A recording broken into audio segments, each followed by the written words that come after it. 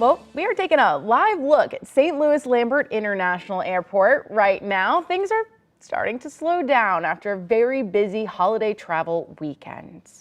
The Transportation Security Administration says air travel hit a pandemic-era record.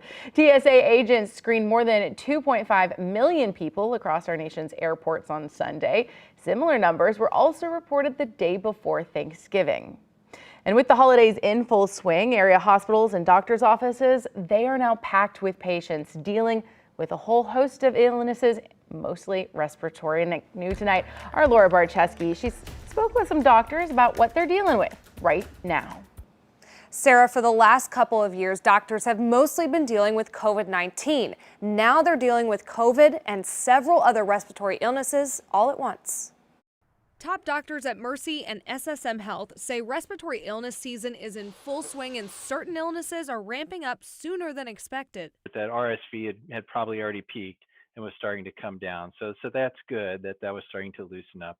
Our flu cases for being admitted to the hospital were just about equivalent with our COVID cases. So which, is good and bad. It's good that, our COVID is not going out of control.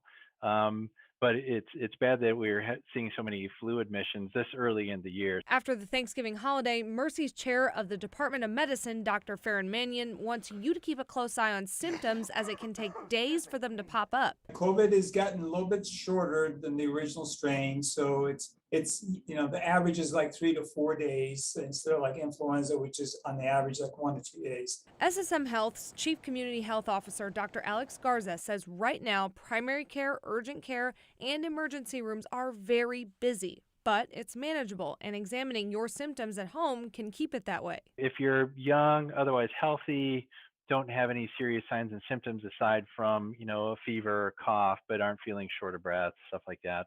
Home remedies, still a good bet. Dr. Mannion says the good news is the vaccines are working, flu shots in particular.